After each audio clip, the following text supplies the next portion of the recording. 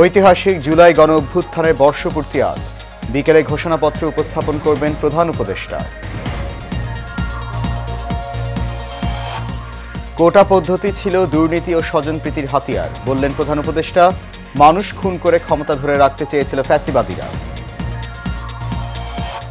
জুলাই শহীদদের রক্তের বিনিময়ে গড়ে উঠেছে ফ্যাসিবাদ বিরোধী ঐক্য বললেন তারেক রহমান। গণতন্ত্র হত্যার সুযোগ আর কাউকে দেয়া হবে না। এবং কাপ্তাই হ্রদের পানি বিপদসীমার উপরে খুলে দেওয়া হয়েছে পানি বিদ্যুৎ কেন্দ্রের সব জলকপাট।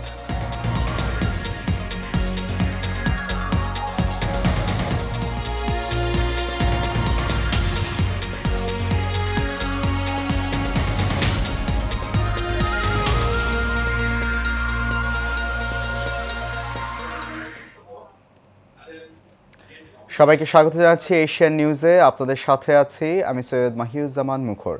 শুনছেন বিআরবি কেবল ইন্ডাস্ট্রিজ লিমিটেড সংবাদ শিরোনাম এবং শুরুতেই থাকছে ঐতিহাসিক জুলাই গণ অভ্যুত্থানের বর্ষপূর্তি উপলক্ষে আমাদের বিশেষ আয়োজন আমাদের জুলাই। এবার বিস্তারিত। আজ ৩৬ জুলাই, স্বৈরাচার হাসিনার পতনের দিন, পালানোর দিন, ১৮ কোটি মানুষের মুক্তি ও হাফ ছেড়ে বাঁচার দিন, আল্লাহর জমিনে অহংকারীর অনিবার্য পতনের বাস্তবতার ইতিহাস রচিত হওয়ার দিন। অত্যাচারী শাসক যুগে যুগে কালে কালে জাতিগোষ্ঠীর কাছে কিভাবে সভ্যতার আস্থা করে নিক্ষিপ্ত হয় সেই ইতিহাসের দিকে ফিরে তাকানোর চেষ্টা করেছেন আমাদের সহকর্মী বাতেন বিপ্লব।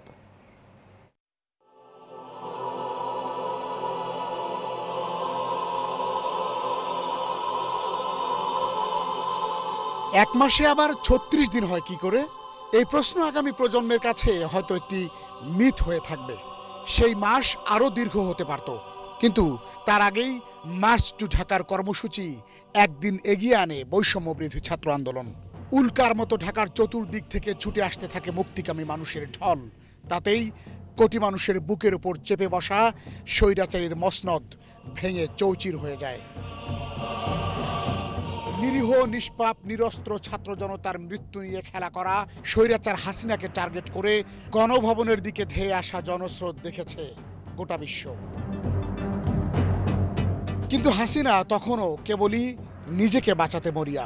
নিজ দলের লক্ষ লক্ষ নেতাকর্মী চাটুকার দালালদের ছুঁড়ে ফেলে দিয়ে চোরের মতো উড়াল দেয় লোকচক্ষুর অন্তরালে। ভারতের আকাশ সীমায় পৌঁছার আগেই ছাত্র জনতার উচ্ছ্বাস ছড়িয়ে পড়ে গ্রাম বাংলার আকাশে বাতাসে। অহংকারের পতন দেখা বিপ্লবী জনতার একাংশ সেদিন গণভবনে ঢুকে পড়ে।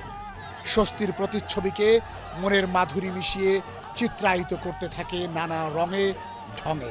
এদিকে ছাত্র জনতার বিদ্রোহের কঠিন দিনলিপিতে পানি দিয়ে, খাবার দিয়ে কিংবা আঁচলের শীতল স্পর্শে আন্দোলন উজ্জীবিত রাখা মা বোনেরাও নেমে আসে বিজয়ের উল্লাসে সামিল হতে। এক একটি আবির মাখা মুখ যেন উদ্বেলিত আনন্দে মাতোয়ারা। পালাই ছেড়ে পালাইছে স্বৈরাচার পালাইছে স্লোগানে প্রকম্পিত শহরে সবার দৃষ্টি ছিল জাতীয় সংসদ ও গণভবনের দিকে, যেখানে আবেগের ষোলকলা ছাপিয়ে যায় ছাত্র জনতার কালজয়ী বিজয় উদযাপন। বাতন বিপ্লব, এশিয়ান টেলিভিশন, ঢাকা। জুলাই গণ অভ্যুত্থানের বর্ষপূর্তি উপলক্ষে ঢাকার মানিক মিয়া এভিনিউতে দিনব্যাপী অনুষ্ঠান চলছে। জুলাই পুনর্জাগরণ অনুষ্ঠানমালার জন্য অনুষ্ঠানস্থল এবং আশপাশের এলাকায় নিরাপত্তা জোরদার করা হয়েছে। সোমবার রাত থেকে মানিক মিয়া এভিনিউতে আইনশৃঙ্খলা রক্ষাকারী বাহিনী সর্বোচ্চ নিরাপত্তা ব্যবস্থা নিয়েছে। এই আয়োজনে সাংস্কৃতিক পরিবেশনা, ড্রোন শো এবং ঘোষণাপত্র পাঠের ব্যবস্থা রয়েছে। বেলা 11টা থেকে শুরু হয়েছে বিভিন্ন শিল্পী গোষ্ঠীর সঙ্গীত পরিবেশনা। বিকাল 5টায় জাতীয় সংসদের দক্ষিণ প্লাজায় প্রধান উপদেষ্টা অধ্যাপক ডক্টর মোহাম্মদ ইউনূস জুলাই ঘোষণাপত্র পাঠ করবেন। সন্ধ্যা 7:30টায় থাকছে বিশেষ ড্রোন শো এবং রাত 8টায় থাকবে ব্যান্ড দলের পরিবেশনা।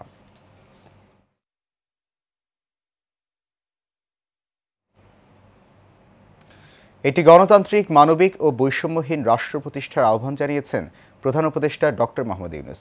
মঙ্গলবার সকালে ঢাকা জেলা প্রশাসনের উদ্যোগে জুলাই গণ অভ্যুত্থান দিবস উপলক্ষে আয়োজিত অনুষ্ঠানে ভার্চুয়ালি দেয়া বক্তব্যে এই আহ্বান জানান তিনি।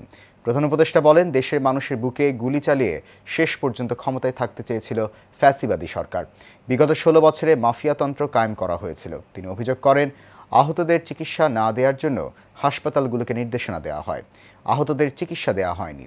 জুলাই আগস্ট আন্দোলনে আহত নিহতদের স্মরণ করে ডক্টর ইউনূস বলেন, শহীদ পরিবার এবং আহতদের আর্থিক সহায়তা করা হয়েছে।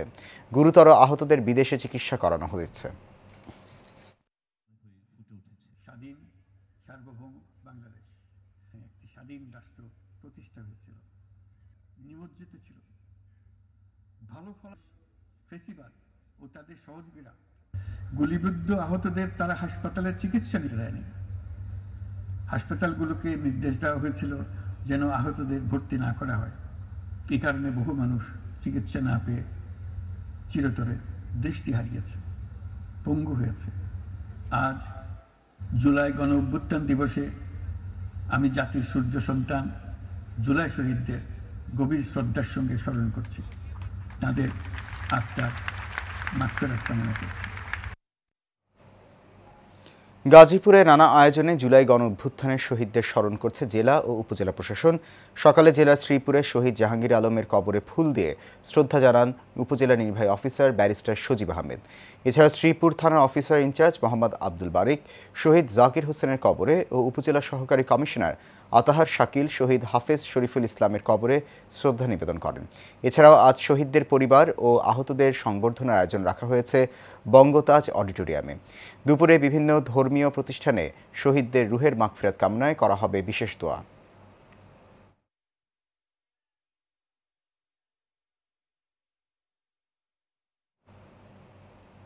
এ বিষয়ে আরও খবর জানতে গাজীপুর থেকে এই মুহূর্তে সরাসরি যুক্ত হচ্ছেন আমাদের সহকর্মী আরিফ খান আবির। আবির, আমাদেরকে জানান যে জুলাই গণ অভ্যুত্থানের বর্ষপূর্তিতে দিনভর কি আয়োজন রয়েছে গাজীপুরে?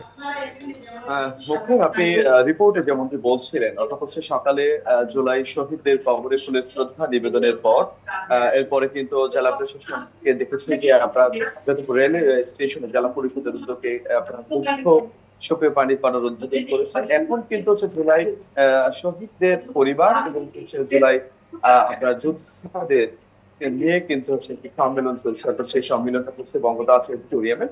সেখানে এখন বক্তব্য রাখছেন গাজীপুরে যিনি আপনার জেলা প্রশাসক রয়েছেন তিনি হচ্ছে এখন বক্তব্য রাখছেন, অর্থাৎ হচ্ছে তার সমাপনী বক্তব্য দিয়ে কিন্তু হচ্ছে এই জুলাই পরিবারের যে যোদ্ধাদের যে আপনার সম্মেলন সেটি কিন্তু শেষ হতে যাচ্ছে।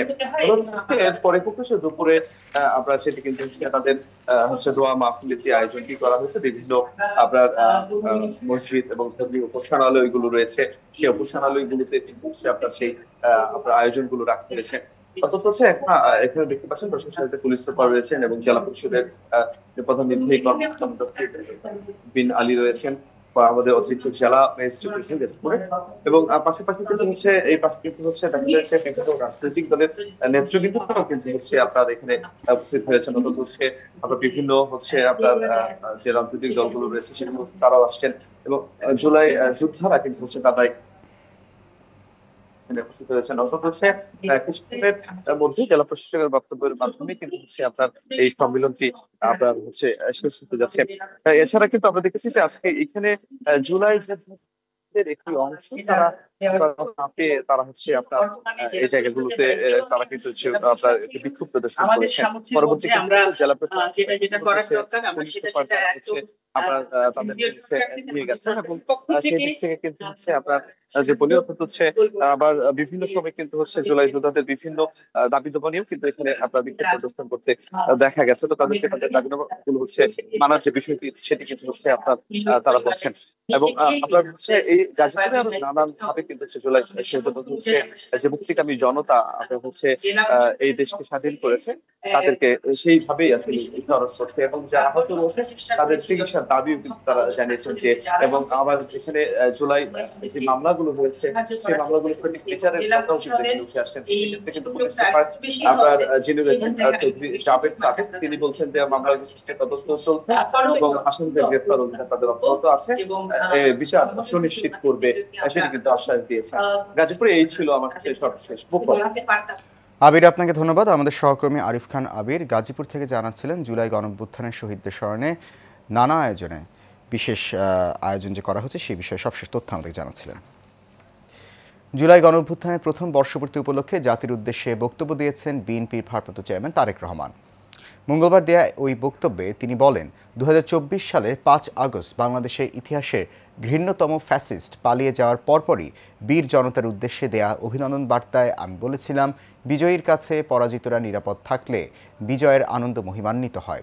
সেটি পুনরায় স্মরণ করিয়ে দিয়ে দেশের গণতন্ত্রকামী জনগণের প্রতি আমার আহ্বান, কেউ আইন নিজের হাতে তুলে নেবেন না, মব ভায়োলেন্সকে উৎসাহিত করবেন না, নারীর প্রতি সহিংস আচরণ করবেন না, অন্যের স্বাধীনতার প্রতি শ্রদ্ধাশীল থাকুন। তারেক রহমান বলেন, হাজারো শহীদদের রক্তস্নাত রাজপথে ফ্যাসিবাদ বিরোধী অভূতপূর্ব জাতীয় ঐক্য গড়ে উঠেছে।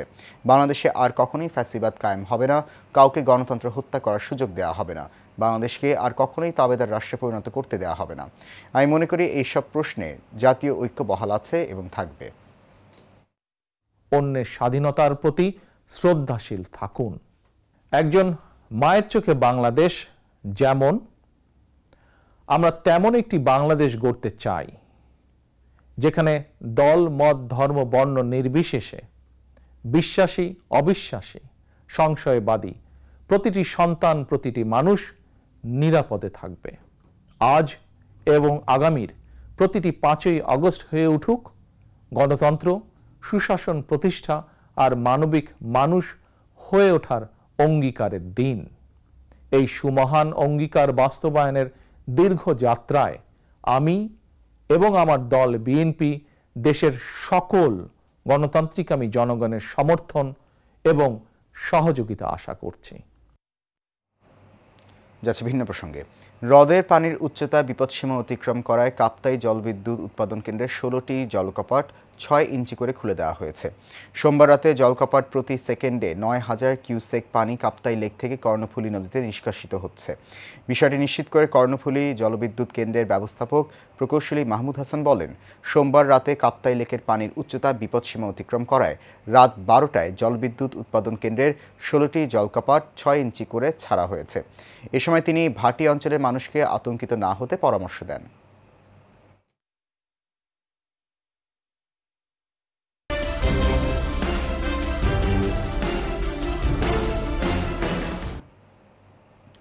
খুলনায় যথাযোগ্য মর্যাদায় 5 আগস্ট জুলাই গণঅভ্যুত্থান দিবস পালন করা হচ্ছে। সকালে নগরীর শিববাড়ি মোড়ে নির্মীয়মান জুলাই শহীদ স্মৃতিস্তম্ভে পুষ্পস্তবক অর্পণ করেন জুলাই শহীদ পরিবার, মুক্তিযোদ্ধা সংসদ, বিভাগীয় ও জেলা প্রশাসন, বৈষম্য বিরোধী ছাত্র আন্দোলন সহ বিভিন্ন রাজনৈতিক ও সামাজিক সংগঠনের নেতৃবৃন্দ। এরপর জুলাই শহীদদের রুহের মাগফিরাত কামনায় দোয়া করা হয়। এতে উপস্থিত ছিলেন বিভাগীয় কমিশনার মোহাম্মদ ফিরোজ সরকার, খুলনা রেঞ্জ ডিআইজি মোহাম্মদ রেজাউল হক, জেলা প্রশাসক মোহাম্মদ সাইফুল ইসলাম ও মুক্তিযোদ্ধা মোহাম্মদ মনিরুজ্জামান মনি সহ আরও অনেকে।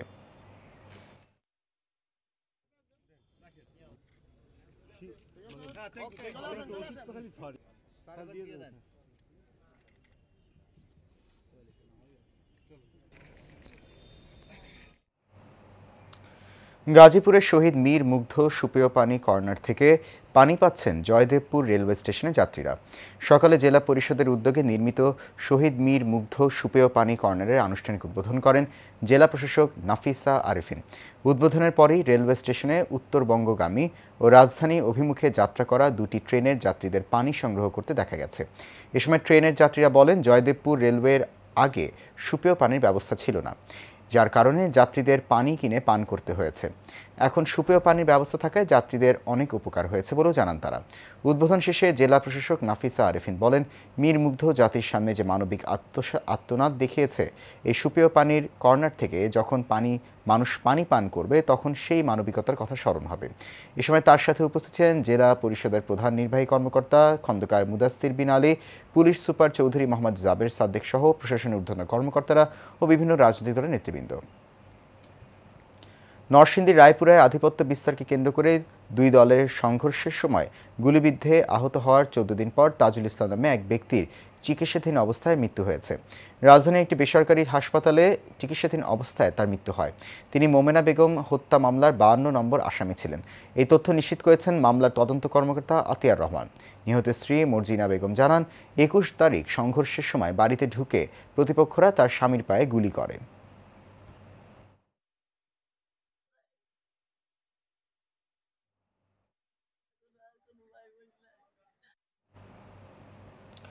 17 বছর আগে রাজনৈতিক নিপীড়নের মুখে দেশ ছাড়তে বাধ্য হয়েছিলেন বরিশালের গৌরনদী উপজেলার বিএনপি নেতা বিপ্লব হোসেন আজাদ।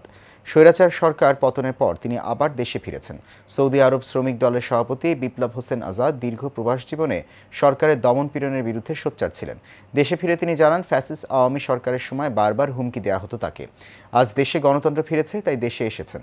গৌরনদী বাস স্ট্যান্ডে পৌঁছলে বিএনপি ও অঙ্গ সংগঠনের নেতাকর্মীরা তাকে ফুল দিয়ে বরণ করে নেয়।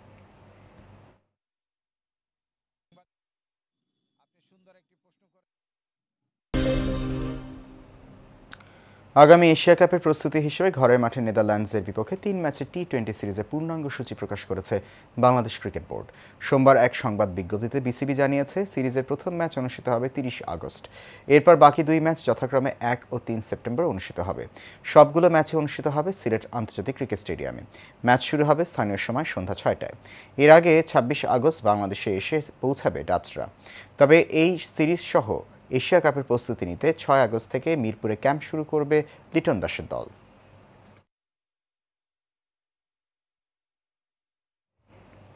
শেষ করবে এশিয়ান নিউজ। তার আগে বিআরবি কেবল ইন্ডাস্ট্রিজ লিমিটেড সংবাদ শিরোনামগুলো জানিয়ে দিচ্ছে আরও একবার।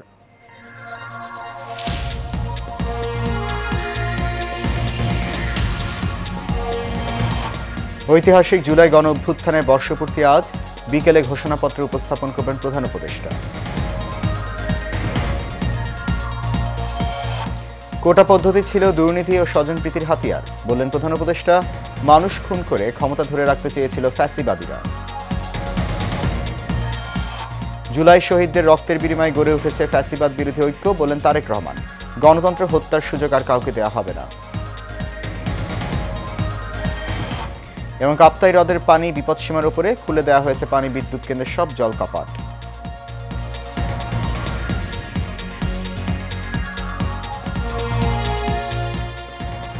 এশিয়া নিউজ এ পর্যন্তই। আমাদের পরবর্তী সংবাদ দেখার আমন্ত্রণ রইল। এতক্ষণ সঙ্গে থাকার জন্য অনেক ধন্যবাদ সবাইকে।